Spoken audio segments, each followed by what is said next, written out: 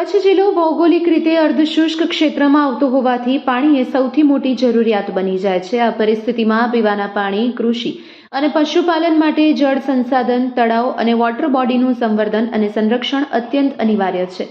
આ વિચારને સાર્થક કરતી ઝુંબેશ કચ્છ કલેક્ટર આનંદ પટેલની આગેવાનીમાં 3 મહિના પહેલા કચ્છના મહેસૂલ વિભાગ દ્વારા શરૂ કરવામાં આવી।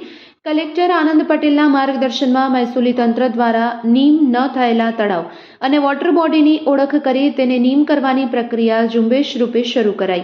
ગુજરાતમાં સૌપ્રથમ વખત કચ્છના 281 ગામના કુલ 910 તળાવને રેવન્યુ રેકર્ડ પર લાવી બ્યુટિફિકેશન, જળ સંચય અને સંરક્ષણ માટે કામગીરી પૂર્ણ કરવામાં આવી છે। આ ઝુંબેશમાં તળાવ અને વોટર બોડીને સત્તાવાર દરજ્જો આપતા પહેલા તેના ક્ષેત્રફળની માપણીનો અભિગમ અનુસરવામાં આવ્યો, જેથી ભવિષ્યમાં તળાવના ક્ષેત્રફળને લઈને કોઈ જ વાદ વિવાદ ઉપસ્થિત ન થાય અને સત્તાવાર દરજ્જા બાદ તળાવ સંરક્ષણ અને સંવર્ધનના કામોનું સુચારુ રૂપે અમલીકરણ પણ થઈ શકે।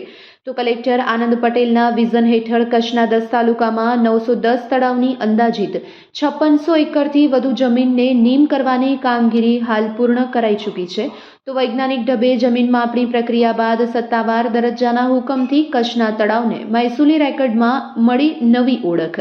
સત્તાવાર દરજ્જો પ્રાપ્ત થવાથી 900થી વધારે તળાવના બ્યુટિફિકેશન, સંરક્ષણ અને સંવર્ધનને લગતા યોજનાકીય કામો સુચારુ રૂપે થઈ શકશે। માત્ર 3 મહિના જેટલા ટૂંકા ગાળામાં વૈજ્ઞાનિક ઢબે માપણી, ફિલ્ડ વિઝિટ સહિતની રેવન્યુ પ્રક્રિયાને પૂર્ણ કરી તળાવને સત્તાવાર દરજ્જો આપવામાં આવ્યો છે। તો આ તળાવ નીમ અભિયાનમાં ઘણા બધા તળાવ ગૌચર જમીન પર હતા, તો તેની ઓળખ કરી તેની સંપૂર્ણ માહિતી જિલ્લા પંચાયતને સોંપવામાં આવી છે, જેથી આ તળાવનું સ્થાનિક સ્વરાજ્ય તંત્ર દ્વારા સંરક્ષણ અને સંવર્ધન આસાનીથી થઈ શકે। કચ્છ વહીવટી તંત્રની આ ઝુંબેશથી પશુ પંખીઓ માટે વિશ્વસનીય પીવાના પાણીના સ્ત્રોત ઊભા થશે અને કૃષિ ઉત્પાદન ક્ષમતા વધારો થશે। કચ્છ કલેક્ટર દ્વારા આ તળાવના વિકાસ માટે સિંચાઈ વિભાગ અને વન વિભાગને ચોક્કસ આયોજન કરવા સૂચના આપવામાં આવી છે। કચ્છ કલેક્ટર આનંદ પટેલની આગેવાનીમાં સમગ્ર મહેસૂલ ટીમ દ્વારા તળાવ નીમની કામગીરીએ પર્યાવરણ રક્ષણ તેમજ ભવિષ્યની પેઢી માટે જળ સંવર્ધનનું દાયિત્વ પૂર્ણ કરવાની દિશામાં એક મહત્વપૂર્ણ પગલું બની રહેશે। કચ્છ જિલ્લામાં આપણે જાણીએ છીએ છેલ્લા કેટલાક વર્ષોથી ખૂબ સારો વરસાદ વરસી રહ્યો છે અને સરકારશ્રીની સુજલામ સુફલામ યોજના હોય, અલગ અલગ સિંચાઈ વિભાગની યોજનાઓ હોય અને સાથે સાથે ખૂબ મોટા પ્રમાણમાં સામાજિક અને સ્વૈચ્છિક સંસ્થાઓ દ્વારા જળ સંચયના ખૂબ સુંદર કામો થઈ રહ્યા છે।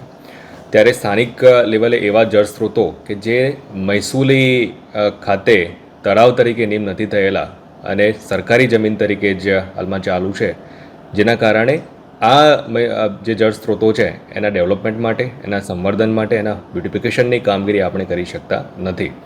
તો આવા લગભગ 910 જેટલા જે જળ સ્ત્રોતો છે એમને આઈડેન્ટિફાઈ કરવામાં આવેલા છે, એમની માપણી સહિતની તમામ કામગીરી પૂર્ણ કરી અને એમને તળાવ તરીકે નીમ કરવાના હુકમો કરવામાં આવેલા છે, જેથી કરીને કાયદેસર રીતે હવે એ તળાવ તરીકે એનું 7/12 એનું પાનું મહેસૂલી રાહે અલગથી થતાં સરકારશ્રીની જેટલી પણ આપણી યોજનાઓ છે અને એ ઉપરાંત સ્થાનિક લેવલે પણ જે સ્થાનિક સ્વરાજની સંસ્થાઓ છે અને સ્વૈચ્છિક સંસ્થાઓ પણ એનું ડેવલપમેન્ટ કરવા માગતા હોય, એના જળ સંચય અંગેના કામો કરવા માગતા હોય, સાથે સાથે ફોરેસ્ટ ડિપાર્ટમેન્ટ વગેરે તરફથી વનીકરણ વગેરેની પણ જે કામગીરી કરવાની થતી હોય તો એ કામગીરી હવે શક્ય એમાં બનશે।